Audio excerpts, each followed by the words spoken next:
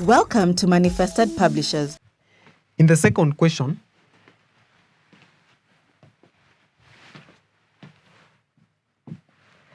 calculate the number of moles in 9.0345 times 10 raised to power 23 molecules of ammonia. You know that 1 mole is equals to 6.023 times 10 raised to power 23.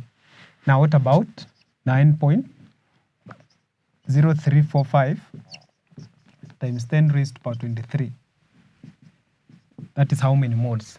Then this will be 9.0345 times 10 raised to power 23 times 1. We divide by 6.023 times 10 raised to power 23. That will be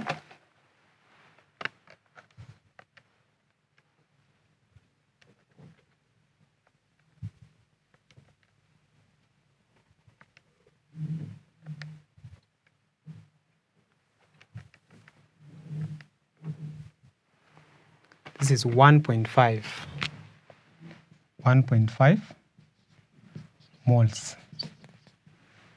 1.5 moles. That is how you're supposed to go about those two questions. I hope you've now gotten what or how we are going about those questions. It is just in the conversion of molecules and moles to molecules. One thing you just need to know is that 1 mole is equivalent to 6.023 times 10 raised to power 23. That is what you need to know. And once you know that, it will be so easy for you to be able to calculate. And this is 1 mole of any substance, be it a gas, be it a metal or something like that.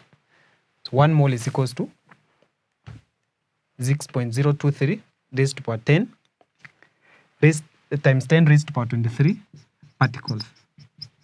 And those particles are the ones you say they can either be molecules, can be atoms, can be ions, can be electrons, and so on. Therefore, that is where we are ending the interconversion of molecules and moles. Interconversion of molecules to moles and moles to molecules. Welcome to Manifested Publishers.